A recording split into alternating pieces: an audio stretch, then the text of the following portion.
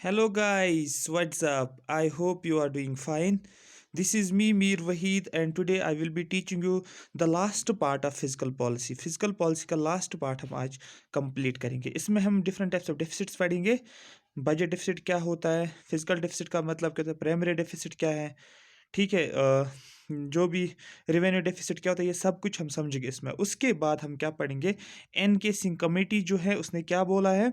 उसके बाद जो है हमारे पास एक टॉपिक है जिसको हम नाम देते हैं FRBM एक्ट, जिसको बोलते हैं physical responsibility and budget management act जो है, ठीक है, ये 2003, ये हमें पढ़ना ज़रूरी है, ठीक है। अब फिजिकल डेफिसिट को कैसे रिड्यूस किया जाता है, इसके लिए एक एक्ट पास किया गया है। बात समझ में आ रही है। और अगर आपने एसआई का सिलेबस देखा होगा, फाइनेंस इंस्पेक्टर एसआई का, फाइनेंस इंस्पेक्टर का और सब इंस्पेक्टर का, ठीक है, वहाँ पर उन्होंने मेंशन किया है। अगर आप वहाँ पर सिलेबस देख लेना, वहाँ पर उन्होंने एक टॉपिक मेंशन किया है, एक लाइन उन्होंने लिखा है FRBMC एक्ट, ठीक है। FRBMC एक्ट पढ़ना है। अब आप बोलोगे ये FRBM एक्ट जो है ये आपको क्यों पढ़ना है, मतलब अकाउंट्स, फाइनेंस अकाउंट्स में क्यों पढ़ना है। ये फाइनेंस अकाउंट्स में इसलिए पढ़ना है क्योंकि ये फिजिकल पॉलिसी का ही पार्ट है, फिजिकल पॉलिसी का ही पार्ट है। That's why we need to read it, right. So let's move.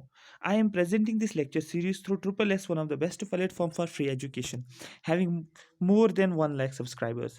Right? So let us start without wasting time. देखो guys, करना है क्या आपको, ये जो है, ये जो मैं पढ़ा रहा हूँ आपको, जैसे मैंने RBI आपको पढ़ाया, जैसे मैंने आपको मॉनेटरी पॉलिसी पढ़ाया और फिजिकल पॉलिसी, ये कंप्लीट हो गया। फिजिकल पॉलिसी कंप्लीट हो जाएगा आज। ये ऐसे टॉपिक्स हैं जो मैक्रो इकोनॉमिक्स का पार्ट है, और मैक्रो इकोनॉमिक्स वाला पोर्शन जो होता है वो वास्ट होता है, वहाँ पर आप कोई भी टॉपिक को नहीं छोड़ सकते हो। कुछ बात समझ में आ रही, क्योंकि अगर आप थोड़ा सा सोचो, आप जो भी हमने इन 10-15 लेक्चरों में जितना भी पढ़ा हमने, क्या इसमें कुछ छोड़ने लायक था। आप खुद अंदाज़ा लगाओ, इसमें कुछ छोड़ ही नहीं सकते हो, क्योंकि अगर आप 2-3 टॉपिक्स करके जाते हो, सपोज़ इन इन इन इनमें से सब टॉपिक्स पढ़ के 2-3 पढ़ के जाते हो, तो पता नहीं वहाँ से फँस जाएगा क्वेश्चन या नहीं फँस जाएगा। क्या पता अगर उनका दिमाग ख़राब हो गया एसएसबी का, 5-6 क्वेश्चंस इन 3 टॉपिक्स में पूछ लिया, तो यहाँ पर आप इनको छोड़ नहीं सकते। अब लेकिन मज़ेदार वाली बात क्या है, जो आपका जो माइक्रो वाला पार्ट है, माइक्रो वाला, वो उतना वास्ट नहीं है। वहाँ पर 2 मैक्सिमम 3 लेक्चर्स में एक टॉपिक अच्छे कॉम्प्रिहेंसिव तरीके से कवर होता है। वो ज़्यादा हेडेक नहीं है। हेडेक ज़्यादा यही था कि इन टॉपिक्स को हमें अच्छे से तरीके से समझें, जो मैक्रो इकोनॉमिक्स के पार्ट है, मैक्रो वाला पार्ट है, इनको अच्छे से डेप्थ में समझना पड़ता है। दूसरा, जब तक आप डेप्थ में नहीं समझोगे, तब तक आपको कॉन्सेप्ट्स क्लियर नहीं हो जाएंगे, तब तक क्वेश्चन नहीं कर पाओगे। दूसरी बात जो है, एक इसमें एक ब्रॉड टॉपिक एक और है जो इकोनॉमिक रिफॉर्म्स है, और इकोनॉमिक रिफॉर्म्स हर एग्जाम में पूछा जाता है, और इवन कि आपको पता भी होना चाहिए कि इकोनॉमिक रिफॉर्म्स था क्या। जो LPG रिफॉर्म जनरली जिसको बोलते हैं, अब लिबरलाइजेशन, प्राइवेटाइजेशन, ग्लोबलाइजेशन आफ्टर 1991 में क्यों इकोनॉमिक रिफॉर्म्स को लाया गया है, इस तरीके से जैसे न्यू एजुकेशन पॉलिसी को लाया गया है, ठीक है, कब 2020 में। इसी तरीके से न्यू एजुकेशन फिजिकल पॉलिसी का भी इकोनॉमिक रिफॉर्म्स को भी लाया गया 1991 में। समझना ज़रूरी है, ब्रॉड टॉपिक है, 3 से 4 लेक्चर्स में कंप्लीट हो जाएगा। आपको पेशेंस रखने की ज़रूरत है यहाँ पर, और कंसिस्टेंसी, बाकी सब कुछ आपका ठीक हो जाएगा। देखो यहाँ पर ध्यान रखो, लाइव चैट बंद करो, यहाँ पर ध्यान रखो मैं क्या बोल रहा हूँ। रेवेन्यू डेफिसिट, आई होप आपने पिछला लेक्चर रिवाइज किया होगा, जो मैंने बोला था टाइप्स ऑफ अकाउंट्स कौन कौन से हमारे पास होता है। एक होता है हमारे पास रेवेन्यू अकाउंट, और होता है हमारे पास कैपिटल अकाउंट। रेवेन्यू अकाउंट में 2 पार्ट्स होते हैं, रेवेन्यू एक्सपेंडिचर होता है और रेवेन्यू रिसीट्स होते हैं, ठीक है। और कैपिटल एक्सपेंडिचर होता है और कैपिटल रिसीट्स होता है। ये आपने पढ़ा होगा, और किस कैटेगरी में कौन आता है, ठीक है, कौन कौन सा किस में आता है, टैक्स किस में आता है, ये सब कुछ आपको पता होगा। आज हम जो पढ़ने वाले दैट इज़ रेवेन्यू डेफिसिट। सबसे पहली बात, डेफिसिट का मतलब क्या होता है, जब एक्सपेंडिचर ज़्यादा होता है किससे, इनकम से, ठीक है, एक्सपेंडिचर ज़्यादा और रिसीट्स कम है, तो दैट मीन्स एक्सपेंडिचर ज़्यादा, तो यहाँ पर एक्सपेंडिचर ज़्यादा एज कम्पेयर टू रिसीट्स, तो दैट मीन्स यहाँ पर भी रेवेन्यू है, तो यहाँ पर रेवेन्यू की बात ही की जाएगी। तो दैट मीन्स सबसे पहला मैथमेटिकल इक्वेशन जो एसएसबी के लिए बनेगा यहाँ पर, या किसी भी एग्जाम के लिए, वो बनेगा कि रेवेन्यू डेफिसिट किसके बराबर होता है। आपको बोला revenue expenditure minus revenue receipts, सबसे पहला पॉइंट। अब आप बोलोगे रेवेन्यू एक्सपेंडिचर पहले क्यों लिखा, क्योंकि डेफिसिट है तो एक्सपेंडिचर ज़्यादा होना चाहिए ना as compare to revenue receipts, that's why ये इस फॉर्मेट में आ जाता है। नंबर पहला क्वेश्चन ये बन गया। दूसरा मैं एक आपको एग्जांपल से समझाऊंगा। सपोज रेवेन्यू एक्सपेंडिचर 1000 है और रेवेन्यू रिसीट्स कितना है 850, तभी तो रेवेन्यू डेफिसिट, तभी डेफिसिट में आ जाएगा। तो अब ये डेफिसिट कितना है 150 रुपीज। इसका मतलब समझो, आगे मैं समझाऊंगा इसका मतलब क्या होता है। देखो जो ये 150 आया, जो ये ऊपर आया डिफरेंस जो 150 है, ये एक ऐसा मनी होता है जो गवर्नमेंट बोरो करता है। ठीक है, बोरो करता है किस लिए? रेवेन्यू एक्सपेंडिचर को मीट करने के लिए। जो इसका रेवेन्यू एक्सपेंडिचर, फॉर एग्जांपल लोगों को सैलरी देना, एम्प्लॉयज़ को, या सब्सिडीज प्रोवाइड करना, या पेंशन जो होता है वो प्रोवाइड करना, इसको बोलते हैं हम, ये रेवेन्यू एक्सपेंडिचर होता है। तो दैट मीन्स ये 150 जो गवर्नमेंट, जो 150 जो इसका आ रहा है रेवेन्यू डेफिसिट, ये एक्चुअली एक ऐसा अमाउंट होता है जो गवर्नमेंट क्या करता है, बोरो करता है। अब बोरो कहाँ से करता है? ये बैंक से बोरो करता है। किस लिए बोरो करता है? क्या फुलफिल करने के लिए? रिवेन्यू एक्सपेंडिचर को फुलफिल करने के लिए। यहाँ पर मोस्ट इंपॉर्टेंट पॉइंट यही बन रहा है, रिवेन्यू डेफिसिट जो आ रहा है, जो वैल्यू आता है, ये किस लिए गवर्नमेंट बोरो करता है? आपको बोलना है सिर्फ in order to meet revenue expenditure. ठीक ठीक है, आई होप यहाँ तक समझ आया होगा। एक और एग्जाम्पल मैं ले लेता हूँ। अब क्वेश्चन है यहाँ पर कि एक और एग्जांपल मैं लेता हूँ यहाँ पर बोला जाता है जो रिवेन्यू डेफिसिट जो होता है ये क्रूशल होता है एक इकोनॉमी के लिए। ऐसा क्यों होता है? क्यों रिवेन्यू डेफिसिट क्रूशल है इकोनॉमी के लिए? सपोज आप समझो आपके पास इनकम जो है 30,000 इनकम है, जो आपको एक मंथली इनकम जो 30,000 जो आप डेली लाइफ में आप इसको यूज करते हो, और मंथली आपका जो टोटल बन रहा है वो इनकम वो है 30,000। अब देखो, लेकिन आपका जो स्पेंडिंग है, आपका जो एक्सपेंडिचर है वो 35,000 है। डिफरेंस कितना आ गया? 5,000 का डिफरेंस आ गया। अब ये 5,000 का डिफरेंस जो है, इसको आप क्या कहाँ से लाओगे? आप इसको बारो करोगे। ठीक है, जब आप इसको बारो करोगे, कहाँ से बारो करोगे? बैंक से बारो करोगे। दैट मीन्स देखो यहाँ पर ये गवर्नमेंट है, गवर्नमेंट का इनकम जो था ये 30,000 है। ठीक है, 30K है, और इसका एक्सपेंडिचर जो है देखने को मिल रहा है, इसका एक्सपेंडिचर क्या है? 35K है। तो दैट मीन्स ये किसके पास जाएगा? बैंक के पास जाएगा, और बैंक से ले लेगा 5,000। सिर्फ किस पर्पज के लिए? जो कंजप्शन पर्पज के लिए, मतलब इस पर्पज के लिए कि इसको क्या करना है, रेवेन्यू एक्सपेंडिचर को फुलफिल करने के लिए। जो सैलरी देनी पड़ती है, इसको सब्सिडी इसको देना होता है, उस पर्पज के लिए ये क्या करता है? बोरो करता है गवर्नमेंट से, और इसी डेफिसिट को बोलते हैं हम revenue deficit. I hope you are getting me. Next मैंने लिखा है यहाँ पर, क्वेश्चन आएगा आपको, जो मैंने हाईलाइट यहाँ पर किया भी है मार्क से। क्वेश्चन आएगा कि जो रेवेन्यू डेफिसिट, आरडी का मतलब रेवेन्यू डेफिसिट जो होता है, इसको डिटरमाइन किया जाता है, हमेशा डिटरमाइन किया जाता है इन टर्म्स ऑफ जीडीपी। जो भी जीडीपी होता है इंडिया का, फिर उसी का परसेंटेज जितना भी होगा, रेवेन्यू डेफिसिट जितना भी होगा, उसको इन टर्म्स ऑफ परसेंटेज निकाला जाता है। सपोज मैं बोल रहा हूँ, ये मैंने एक एग्जाम्पल लिया कि रेवेन्यू डेफिसिट जो है दैट इज 2.5% ऑफ जीडीपी। जितना भी इंडिया का जीडीपी है, रेवेन्यू डेफिसिट कितना है? 2.5% ऑफ क्या? 2.5% ऑफ जीडीपी। सपोज इसका मतलब क्या होता है? सपोज इंडिया का जीडीपी है 5,000 करोड़, या 500,000 करोड़ है, 500,000 करोड़ इंडिया का जीडीपी है। ठीक है, अब मुझे क्या बोला जाता है? मुझे बोला जाता, आप इसका ये बताओ कि रेवेन्यू डेफिसिट कितना। आप लिखोगे रेवेन्यू डेफिसिट कितना है? 2.5%, मतलब 2.5/100 इंटू 5,000। यहाँ पर लिखा मैंने 500,000 करोड़। ठीक है, 500,000 करोड़ मैंने लिखा है। ठीक है, तो जब आप इसको कैंसिलेशन करोगे, इन दो जीरो और इन दो जीरो, जितना भी ये आ जाएगा, ठीक है, ये कितना आ जाएगा? 5 5 25, 12.5 आ जाएगा। तो 12.5 करोड़ क्या है? 5,000 करोड़ में से 12.5 करोड़ क्या बना? ये इंडिया का क्या बना? रेवेन्यू डेफिसिट बना। एक एग्जाम्पल के तौर पर मैंने ये लिया है। आई होप रेवेन्यू डेफिसिट आपको समझ आया होगा। अब एग्जाम पॉइंट ऑफ व्यू के लिए अब कितना याद रखना है? रेवेन्यू डेफिसिट किसके बराबर होता है? रेवेन्यू एक्सपेंडिचर और रेवेन्यू रिसीट्स। बस देखो, रेवेन्यू रेवेन्यू रेवेन्यू यहाँ तक, डेफिसिट का मतलब एक्सपेंडिचर ज्यादा होता है, किससे? रिसीट से। बात खत्म। और मेजर किया जाता है इन टर्म्स ऑफ जीडीपी। यहाँ तक ये कंप्लीट हुआ है। अब नेक्स्ट हम चलेंगे। देखो, जैसे कि यहाँ पर गवर्नमेंट क्यों बारो करता है। अब क्वेश्चन है ना, क्यों रेवेन्यू डेफिसिट होता है गवर्नमेंट को? क्योंकि गवर्नमेंट जो होता है ये बैंक से बारो करता है। अब ये गवर्नमेंट है, ये बैंक है, ठीक है, गवर्नमेंट जब बैंक से बारो करता है तो बैंक इसको पैसा देता है। किस लिए गवर्नमेंट बारो करता है? क्योंकि इसके पास पैसा नहीं होता है, इसके पास इनकम बहुत कम होता है और एक्सपेंडिचर ज़्यादा होता है। उस एक्सपेंडिचर को फुलफिल करने के लिए, उसको मीट करने के लिए ये क्या करता है? ये बारो करता है बैंक से। And giving salary to the employees और गिविंग पेंशन, ये क्या करता है फिर government? Person A, person B, person C, person D को क्या करता है? ये सैलरी देता है या पेंशन दिया जाता है इसके ज़रिए से। तो दैट मीन्स इसका मतलब क्या होता है? Government is doing expenditure. Government क्या करता है? एक्सपेंडिचर करता है to meet their demands from borrowing, अपनी डिमांड्स को मीट करना किस तरीके से? बारो करने से। सो इसको हम बोलते हैं गवर्नमेंट क्या होगा? डेफिसिट में होगा, रेवेन्यू डेफिसिट में। अब यहाँ पर एक और पॉइंट मैंने लिखा है, जैसे मैंने बोला कि फाइनेंशियल ईयर ऑफ 2017 2018 में 2017-2018 में रेवेन्यू डेफिसिट कितना था? 2.6% ऑफ जीडीपी। तो यहाँ तक समझो आप इसको, 2.6% ऑफ जीडीपी। अब गवर्नमेंट ने क्या बोला? गवर्नमेंट ने टारगेट रखा, उसने बोला कि जो हमारे पास क्या बोलते हैं फिजिकल फाइनेंशियल ईयर 2018-2009 का होगा, उसमें हम कोशिश करेंगे, तो उसमें हम कोशिश करेंगे कि इस फिजिकल डेफिसिट को रिड्यूस किया जाएगा। और उन्होंने टारगेट कितना रखा? उन्होंने टारगेट रखा कि इसको 2.6% से लेकर आएंगे 2.2। फिर से टारगेट रख सकते हैं, फिर कब? 2019 से 2020 तक, 2019 से 2020 तक कितना रख सकते हैं? 2.2 से लेकर आएंगे 1.5। फिर से नेक्स्ट ईयर कितना रख सकते हैं? 0.5। फिर से टारगेट कितना रखेंगे? 0 रखेंगे। एक ऐसा टाइम आ जाएगा जब रेवेन्यू एक्सपेंडिचर जो होता है वो किसके बराबर हो जाएगा? रेवेन्यू रिसीट्स के बराबर आएगा। दैट मीन्स रेवेन्यू डेफिसिट क्या बन जाएगा? उस टाइम 0 बन जाएगा। आपको ये समझ आ रहा है मैं क्या बोल रहा हूँ? देखो, मैंने आपको अभी क्या बोला? मैंने बोला रेवेन्यू डेफिसिट जो है वो किसके बराबर होता है? Revenue expenditure minus revenue receipts. ठीक है, तो दैट मीन्स यहाँ पर इसने टारगेट कितना रखा? यहाँ पर इसने टारगेट रखा कि हम इसको 2.2% तक लेकर आएंगे। एक टाइम ऐसा आएगा जब ये क्या करेंगे, रेवेन्यू एक्सपेंडिचर क्या हो रहा है? कम करेंगे और रेवेन्यू रिसीट्स को बढ़ा देंगे।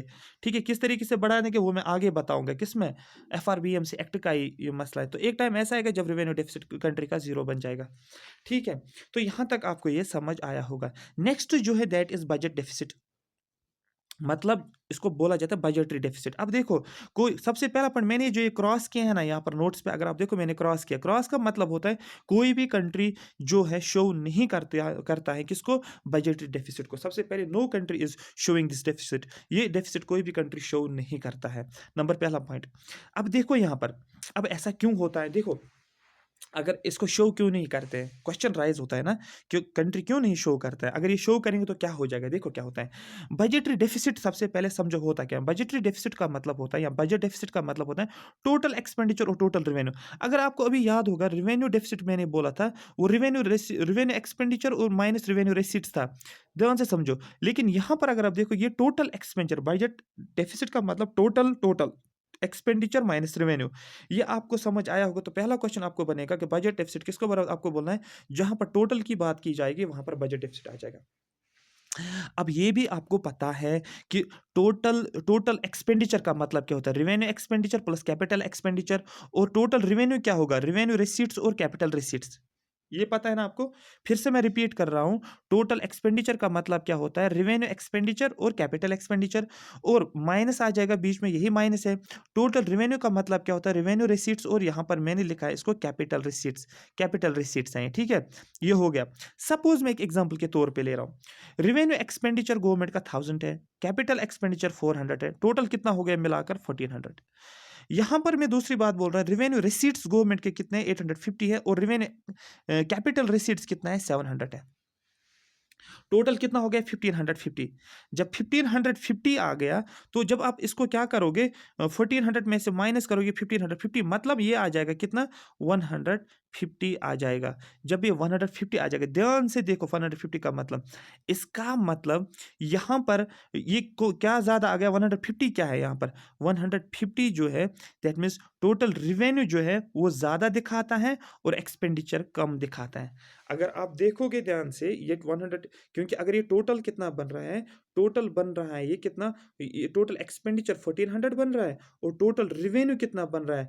1550। तो डेफिनेटली गवर्नमेंट के पास रिवेन्यू ज्यादा है और एक्सपेंडिचर क्या है? कम। सॉरी, रिवेन्यू ज्यादा है और एक्सपेंडिचर क्या है? कम। तो कंट्री किस में होगी? डेफिनेटली सरप्लस में होगा। ठीक है ना? ये कौन सी सिचुएशन बोल रहा है? ये बजट डेफिसिट बोल रहा है जब ये टोटल कर रहा है। लेकिन एक्चुअल जब हम रियलिटी देखते हैं, रियलिटी में क्या है, जो ये रेवेन्यू रिसीट्स जो है, कौन सा वाला, ये वाला 850, और रेवेन्यू, एक सेकंड रुको, ये क्या है, हाँ, कैपिटल रिसीट्स, ये रेवेन्यू रिसीट्स है यहाँ पर, और यहाँ पर ये कैपिटल रिसीट्स है। और जो ये कैपिटल रिसीट है यहाँ पर, मतलब कौन सा वाला, 700 वाला जो है, ये एक्चुअल में क्या है, कैपिटल रिसीट्स अगर आपको याद होगा, ये एक्चुअल में क्या होता है, देखो यहाँ पर कैपिटल रिसीट्स जो 700 है, इसको मैंने 350 में डिवाइड किया और 350 में डिवाइड किया। इसके दो पार्ट्स, एक होता है ये 750 जो है, ये एक्चुअल में क्या है, ये गवर्नमेंट के पास है रेवेन्यू। ये किसका पार्ट आता है, 700 एक्चुअल गवर्नमेंट का क्या है, ये कैपिटल रिसीट्स है ना। तो दैट मीन्स ये 350 जो है, समझो इस बात को, 350 जो है, ये गवर्नमेंट ने लोन लिया होता है और बारो किया होता है, बैंक से बारो किया होता है। अब यही बारोइंग किस में आ जाएगा, ये तो किस में आ जाता है, ये तो टोटल रेवेन्यू में ही ऐड हो जाएगा ना। तो इसीलिए ये टोटल रेवेन्यू ज़्यादा आ रहा है, क्योंकि गवर्नमेंट ने बारोइंग्स लिया होता है, और ये बारोइंग जो होती है गवर्नमेंट को वापस करना पड़ता है। इसीलिए बजट डेफिसिट नहीं दिखाया जाता है, क्योंकि इसमें बोरोइंग्स को इंक्लूड किया जाता है। बात समझ में आ रही है। और ये बोरोइंग जो होती है, ये गवर्नमेंट को वापस करना होता है, ठीक है। ये कोई रिवेन्यू गवर्नमेंट का नहीं होता है। बात समझ में आ रही है। तो ये लोन जो है या बोरोइंग जो है, ये गवर्नमेंट को क्या करना है, ये इसने लोन लिया, इसको वापस करना पड़ता है। और ये 700 का दूसरा वाला पार्ट जो है 350, ये गवर्नमेंट ने डिसइन्वेस्ट किया होता है, इसके पास कंपनी होती है, उसको बेच दिया, या जो इसके प्रॉपर्टी होती है उसको बेच दिया इसने, या लोन इसने रिकवर किया होता है, ठीक है। जो भी क्या होता है, क्या बोलते हैं उसको, ये चीज़ें जो होती, तो ये तो ऐड हो जाएगा। लेकिन अब देखो टोटल कितना था, 1400 माइनस टोटल यहाँ पर कितना बचा, 1550 था। तो टोटल कितना आ गया था, 150 दिखा रहा था सरप्लस, ध्यान से समझो। लेकिन मुझे बताओ ये 350 क्या है, ये 350 लोन है। ये 350 मुझे क्या करना पड़ेगा, 350 माइनस करना पड़ेगा। जब मैं 350 माइनस करूँगा तो यहाँ पर कितना आ जाएगा, यहाँ पर आ जाएगा 001, तो यहाँ पर 100 आ जाएगा। मतलब ये है कि ये 100 जो आ जाएगा, ये अब ध्यान से देखो एक्चुअल में होता क्या, ये 1400 था, ठीक। और यहाँ पर 850 आ गया था, ध्यान से समझो, 850, ठीक, माइनस किया मैंने। और मुझे क्या करना है, अब इन 700 में से कितना मुझे सिर्फ ऐड करना है, ये 350 वाला ही ऐड करना है मुझे, सिर्फ 350 वाला ही ऐड करना है मुझे, क्योंकि ये 350 तो मुझे लेना नहीं है, ये कंसिडर नहीं करना है, ठीक है ना। ये जब कंसिडर नहीं करना है तो कितना हो जाएगा, ये 800 और 300, 1100 और 1200 हो गया। इसका मतलब 1400 को माइनस करो 1200। ध्यान से समझो, अगर ये आपको समझ आ गया ना तो आपको पूरा समझ में आ जाएगा। ये 1400 क्या था, ये टोटल रेवेन्यू था ना, और ये 1200 अब क्या बचा, ये रिसीट्स था। अब देखो ये एक्सपेंडिचर था, ठीक है, रेवेन्यू एक्सपेंडिचर था, ये 1400 और 1200 ये पूरा एक्सपेंडिचर बन गया, टोटल एक्सपेंडिचर। और ये क्या बन गया, टोटल रिवेन्यू। अब देखो एक्सपेंडिचर क्या है, अब एक्सपेंडिचर क्या है, रेवेन्यू से ज़्यादा है। दैट मीन्स गवर्नमेंट किस में है, गवर्नमेंट जो है डेफिसिट में है। लेकिन ये किस में हम दिखाते हैं, हम ये बजटरी डेफिसिट में नहीं दिखाते हैं। बजटरी डेफिसिट में हम इस लोन ने जो इसने लोन लिया होता है, बारो किया, तो वो भी हम ऐड करते हैं किस में, रेवेन्यू, किस में, कैपिटल रिसीट्स में। और उसके बाद क्या होता है, इसलिए ये वैल्यू रेवेन्यू ज़्यादा दिखाता है और एक्सपेंडिचर कम दिखाता है। दैट्स वाई, इसलिए हम इसको ये नहीं दिखाता, क्योंकि एक्चुअल फिगर दिखाता ही नहीं है। ये आपको समझ आया होगा। अगर समझ नहीं आया है तो आई होप आया होगा, तो मुझे कमेंट्स में मेंशन करो, ठीक है। ये 300 फिर से मैं रिपीट कर रहा हूँ, ये 1400, ये कितना था, ये 1400 हो गया था, ठीक है। अब 850 और था, ये माइनस है, बीच में कितना है 850, ये तो पूरा हम ले लेंगे, ये वाला जो था रेवेन्यू रिसीट्स। और 750 का हम सिर्फ कितना ले लेंगे, 350 ही ले लेंगे, 350। और ये टोटल जब करता हूँ मैं, ये आता है 1200। और अब देखो 1200, ये 1400 है। अब देखो ये टोटल एक्सपेंडिचर था ना, ये टोटल रेवेन्यू है 1200। देखो टोटल रेवेन्यू ज़्यादा, एक्सपेंडिचर ज़्यादा है किससे, रेवेन्यू से। तो अब कितना है, इसका मतलब डेफिसिट में है। तो दैट मीन्स यहाँ पर बजटरी डेफिसिट में, इसलिए हम कोई कंट्री ये दिखाता नहीं है, क्योंकि एक्चुअल फिगर नहीं दिखाता है। यही इसमें समझने लायक था। आगे चलते हैं, आगे अब आसान है, उतना मुश्किल नहीं है। आगे जो है दैट इज फिजिकल डेफिसिट। अब फिजिकल डेफिसिट में क्वेश्चन आएगा कि फिजिकल डेफिसिट जो है कौन कौन दिखाता है इसको।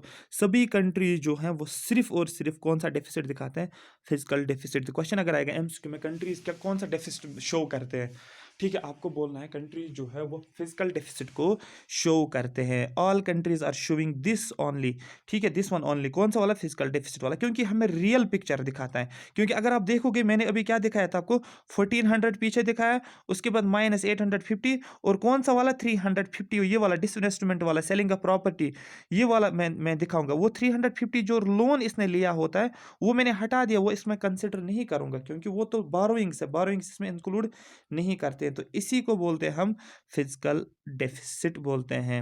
तो दैट मीन जब मैं फिजिकल डेफिसिट में लिखूंगा टोटल एक्सपेंडिचर, फिर से वापस आ जाऊंगा कौन सा वाला, अभी वाला टोटल एक्सपेंडिचर, कौन सा वाला, ये वाला टोटल एक्सपेंडिचर, क्योंकि ये 1400 एज इट इज मैंने रखा वहां पर। और टोटल रिवेन्यू में देखूंगा, देखो मैं क्या करूंगा, कैपिटल रिसीट्स जो है इसमें देखो चेंज कैसे करूंगा। ये हो गया टोटल 1400 मैंने लिया टोटल। अब यहां पर आप देखोगे ये टोटल एक्सपेंडिचर हो गया ये वाला। अब रिवेन्यू रिसीट्स आ गया यहां पर, ठीक है, और यहां पर क्या आ गया, plus non debt creating capital receipts, मतलब रिवेन्यू रिसीट्स 850 आ गया, और non debt creating capital receipts, मतलब ये हो गया, ये किसकी बात करें, डिसइन्वेस्टमेंट, सेलिंग ऑफ प्रॉपर्टी, ये सारा किस में आ जाएगा, non debt creating capital recovery. ये कोई कर्ज नहीं है गवर्नमेंट का, ये क्या है, ये इसने डिसइन्वेस्टमेंट किया था, जो अपनी प्रॉपर्टी होती है उसको बेचकर जो पैसा आ रहा है वो सिर्फ इंक्लूड किया जाएगा, ना कि बारोइंग्स इसमें है। तो फिजिकल डेफिसिट के फार्मूला क्या बनेगा, अब total expenditure minus revenue receipts plus non debt creating capital receipts, right. अब यहां पर कितना है, 2017 2018 जो फाइनेंशियल ईयर का है, एफडी का मतलब होता है फिजिकल डेफिसिट, ये कितना था, 3.5% ऑफ जीडीपी। और 2018 2019 में टारगेट कितना रखा गया था, टारगेट रखा गया था 3.3% ऑफ जीडीपी। जैसे मैंने अभी बोला था वो कितना था, पहला वाला कौन सा था, कौन सा डेफिसिट था पहला वाला, कैपिटल कौन सा डेफिसिट था वो रिवेन्यू डेफिसिट था। जैसे मैंने रिवेन्यू डेफिसिट में बोला था ना यहाँ पर आपको कि इन्होंने टारगेट कहाँ गया है यार, एक सेकंड, कहाँ गया, हाँ, जैसे यहाँ पर गवर्नमेंट का टारगेट ये रिवेन्यू रिसीट्स था, ठीक है, रिवेन्यू डेफिसिट था 2.6, टारगेट कितना रखा गया था फिर 2018 2019 में 2.2। एग्जैक्टली यहाँ पर भी किसका टारगेट रखा गया है, किसका टारगेट रखा गया है, फिजिकल डेफिसिट का भी टारगेट रखा गया है। उन्होंने बोला अगर फिजिकल डेफिसिट अभी है 3.5 ऑफ जीडीपी, कब, 2017 2018 में, 2018 2019 में हमें इसको रिड्यूस करना है कहाँ तक, 3.3% तक, फिर नीचे लेकर आएंगे जब तक ये पूरा कवर हो जाएगा।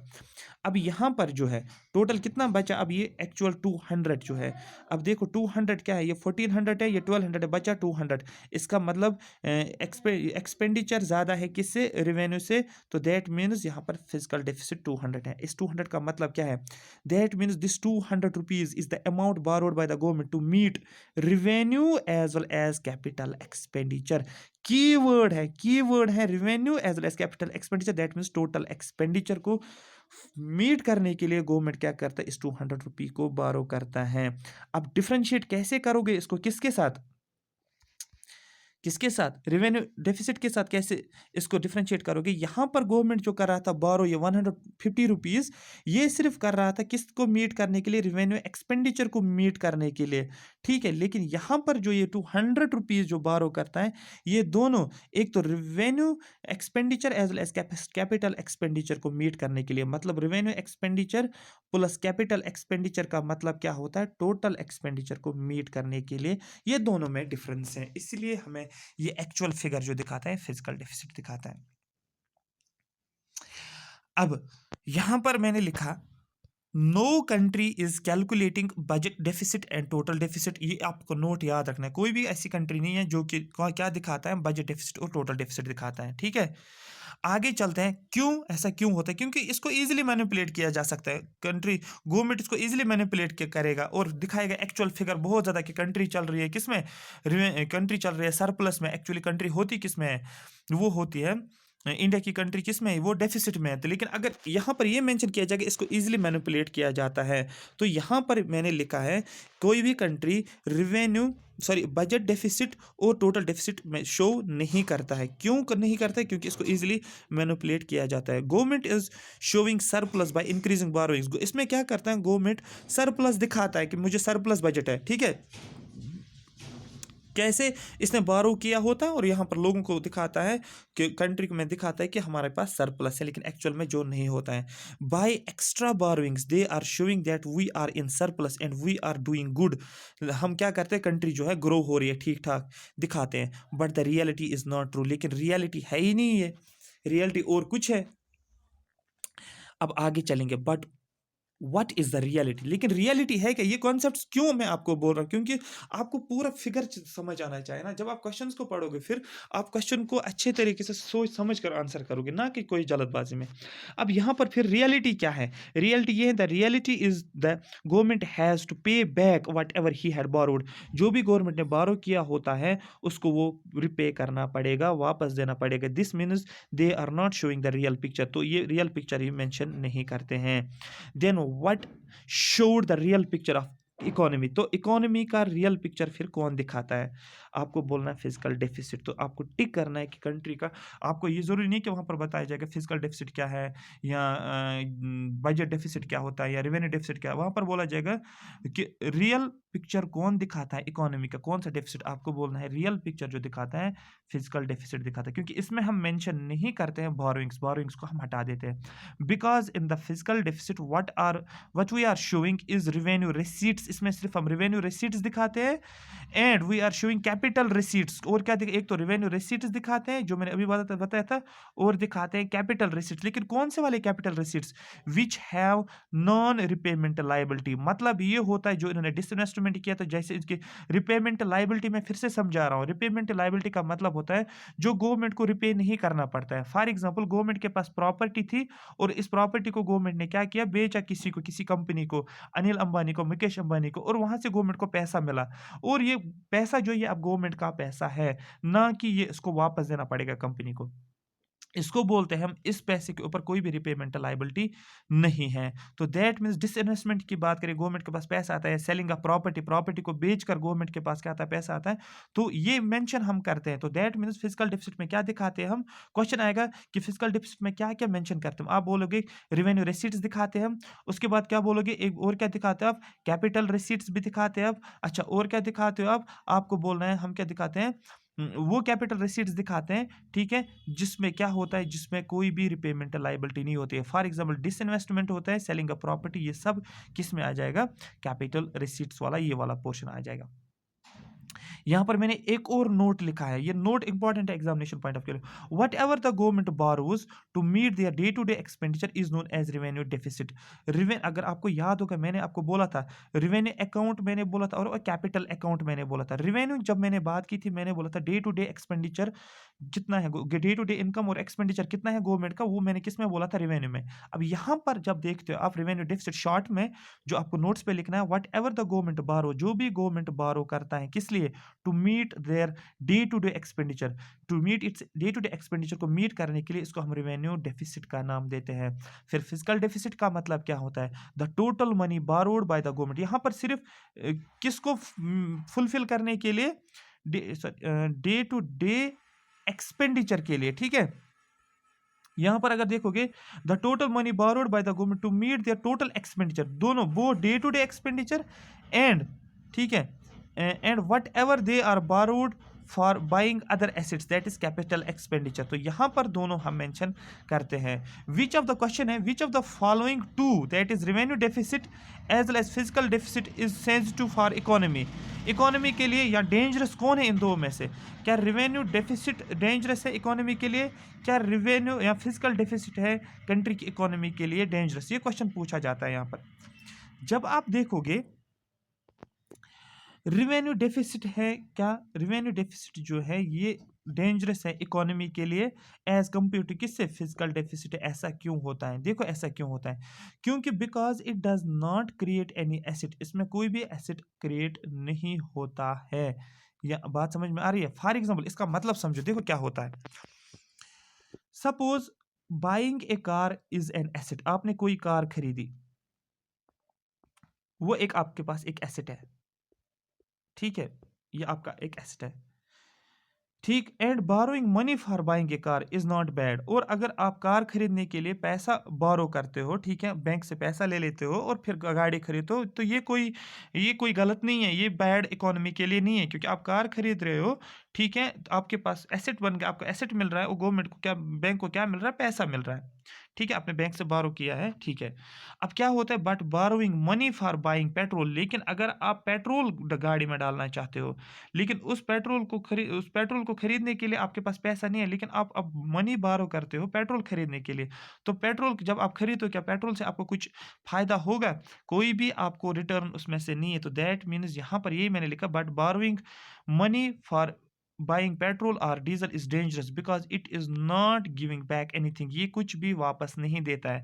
इसी तरीके से मैंने यहाँ पर बोला है, जो भी यहाँ पर गवर्नमेंट जो होता है रेवेन्यू डेफिसिट में क्या करता है, जो भी ये बारो करता है, ये सिर्फ डे टू डे एक्सपेंडिचर्स को ही क्या करता है, फुलफिल करता है, यहाँ पर कोई रिटर्न ही नहीं है, इसीलिए डेंजरस है। सिर्फ गवर्नमेंट सिर्फ बारो करता है और एक्सपेंडिचर्स को फुलफिल करता है, मीट करता है। लेकिन फिजिकल डेफिसिट में क्या करता है, यहाँ पर तो बारो करता है, तो किसके लिए, एक तो टोटल एक्सपेंडिचर्स को फुलफिल करने के लिए, क्योंकि इसमें क्या आता है, डे टू डे एक्सपेंडिचर्स भी आएगा, दैट मीन्स रेवेन्यू एक्सपेंडिचर, और इसमें कैपिटल एक्सपेंडिचर भी आता है। मतलब कैपिटल एक्सपेंडिचर का मतलब होता है यहाँ पर एसेट जनरेशन होता है गवर्नमेंट के लिए, that's why physical deficit dangerous नहीं है। I hope you are getting me. Next is that is primary deficit. Primary deficit का मतलब क्या होता है, फिजिकल डेफिसिट आपको समझ आया होगा, तो फिजिकल डेफिसिट और इंटरेस्ट पेमेंट्स जो होते हैं इसको आपको माइनस करना है, बस इतना करना है। प्राइमरी डेफिसिट का मतलब होता है फिजिकल डेफिसिट कितना है गवर्नमेंट का, और इंटरेस्ट जो भी आप गवर्नमेंट को इंटरेस्ट पे करना होता है वो आप माइनस करोगे, वहां पर आ जाएगा primary deficit. For example government का फिजिकल डेफिसिट कितना है, 200। अब आप बोलोगे मैंने ये 200 क्यों लिखा और ये क्यों 150 लिखा, क्योंकि डेफिसिट है, मुझे दिखाना है, ठीक है, यहाँ पर, क्योंकि ये ज्यादा आना चाहिए। तो यहां पर अगर आप देखोगे, यहां पर फिजिकल डेफिसिट है 200 रुपीज, और इंटरेस्ट पे कितना करना गवर्नमेंट को 150, दैट मीन 50 रुपीज जो है, ये कितना है, ये आ गया इसके पास कितना, प्राइमरी डेफिसिट। अब इसका मतलब क्या होता है, the value of 50 indicates how much the government borrows are going to meet expenses other than interest payments.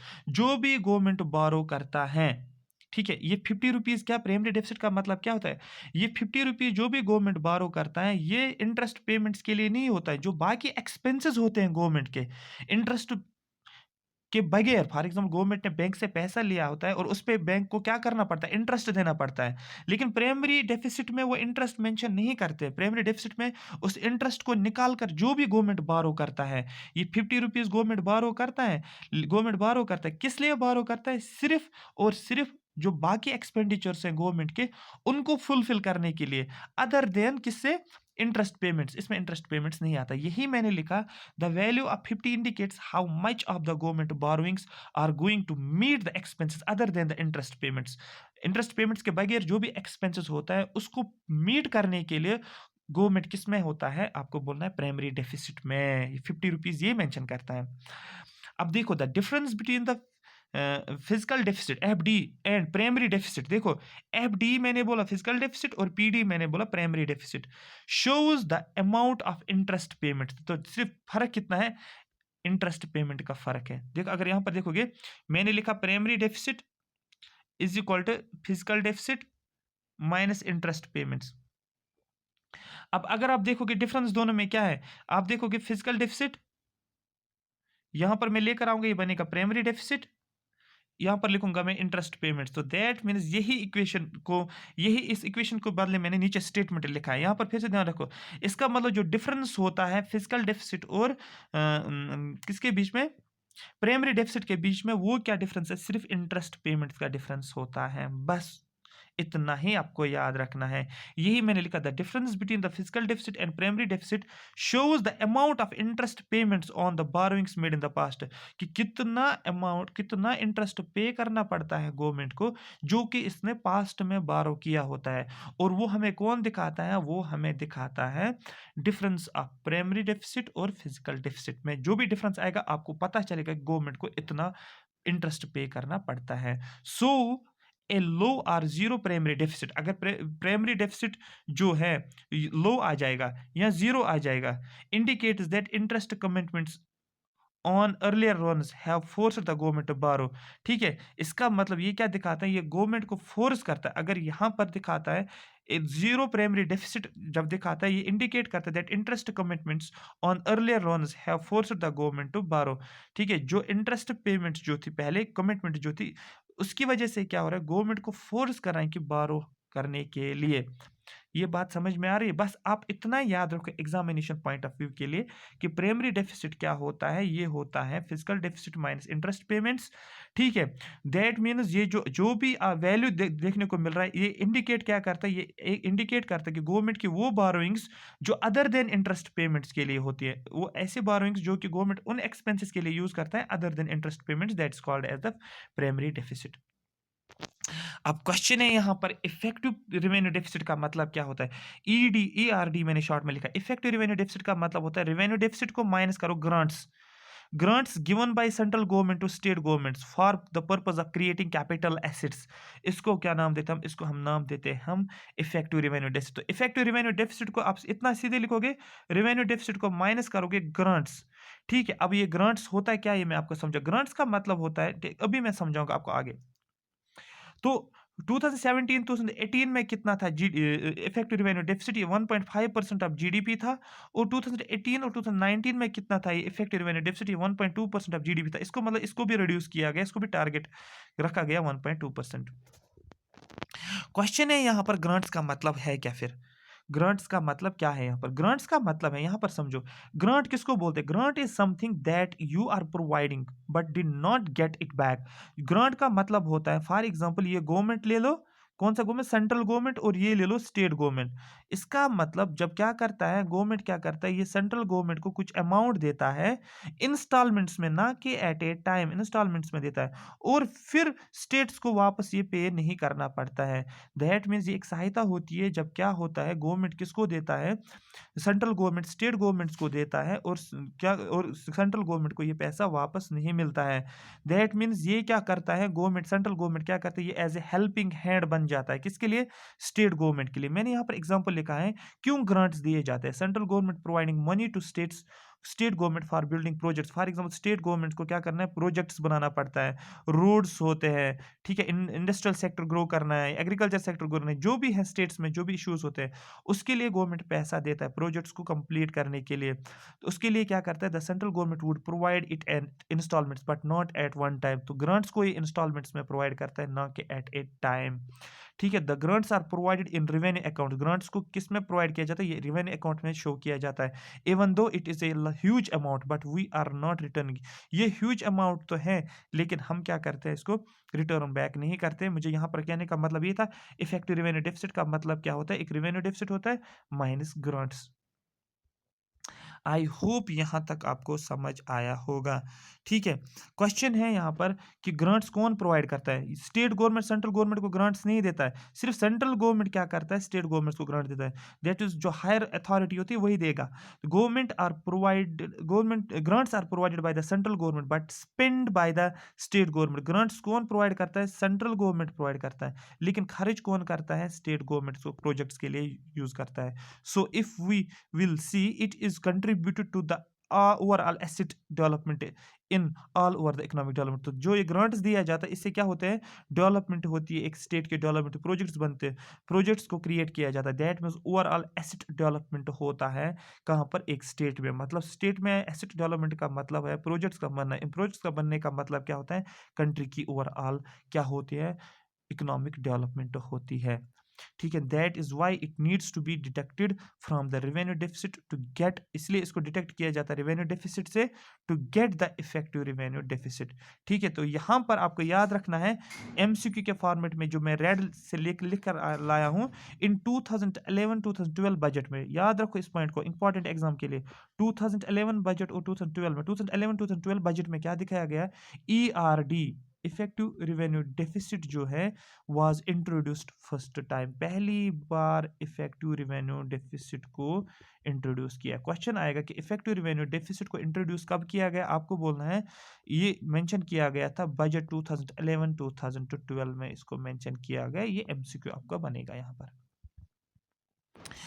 Next is last topic जो है दैट इज हम ये कंप्लीट करने वाले हैं, थोड़ा सा पेशेंस रखो, ये कंप्लीट हो जाएगा।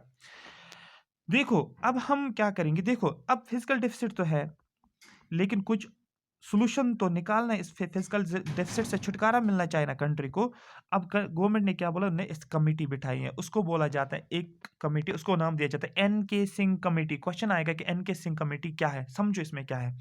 इन 2017 January, Government of India appointed N.K. Singh Committee for the purpose of expenditure reduction and meeting certain targets for fiscal deficit and revenue deficit. 2017 में गवर्नमेंट ने क्या किया है, उसने एक कमेटी बिठाई है जिसको नाम रखा गया है एन.के. सिंह कमेटी। ठीक है, क्यों इस कमेटी को बिठाया गया, क्यों इस कमेटी को अपॉइंट किया गया है, एक पर्पस के लिए। वो पर्पस क्या था कि एक्सपेंडिचर जो था, गवर्नमेंट का एक्सपेंडिचर ज्यादा था किससे, एज कम्पेयर टू इनकम से, एज कम्पेयर टू रेवेन्यू से, इस एक्सपेंडिचर को रिड्यूस किया जाए। अब ये कमेटी बोलेगी कि एक्सपेंडिचर को कैसे रिड्यूस करेंगे, इसी पर्पस के लिए एन.के. सिंह कमेटी को बनाया गया कि एक्सपेंडिचर को कैसे रिड्यूस किया जाए and meeting certain targets for physical deficit. और जो फिजिकल डेफिसिट हमारा है इसका टारगेट रखेंगे, जैसे मैंने बोला था, सपोज अगर फिजिकल डेफिसिट था 2.5, अब टारगेट रखा जाएगा 2.3, फिर टारगेट रखा जाएगा 2, फिर टारगेट रखा जाएगा 1, फिर टारगेट रखा जाएगा 0.5, फिर टारगेट रखा जाएगा जब तक ये 0 हो जाएगा। इसी तरीके से कि एक तो ये पता करें इस पर्पस के लिए कि हमारे पास क्या बोलते हैं एक्सपेंडिचर को रिड्यूस कैसे करें, ये किसको बोला गया, इस कमेटी का काम था। और ये बताए इस कमेटी में ये बताया गया है कि कैसे टारगेट्स को, फिजिकल डेफिसिट के टारगेट्स को मीट कैसे किया जाएगा। जैसे आपका सिलेबस है, आपको टारगेट रखना है कि कब तक सिलेबस कवर होना चाहिए, कब तक रिवाइज करना है, कब तक मॉक टेस्ट देना है, किस तरीके से क्या करना है। इसी तरीके से इसके लिए एक कमेटी बनाई गई थी for physical deficit and revenue deficit के लिए। तो क्वेश्चन आएगा कि एन.के. सिंह कमेटी को किस लिए बनाया गया था, आपको बोलना है एन.के. सिंह कमेटी को बनाया गया 2017 में, कि ठीक है किसने अपॉइंट किया, गवर्नमेंट ऑफ इंडिया ने, किस पर्पस के लिए, इस पर्पस के लिए कि एक्सपेंडिचर रिडक्शन के लिए और कुछ टारगेट जो होते हैं फिजिकल डेफिसिट और फिजिकल और रेवेन्यू डेफिसिट्स के लिए।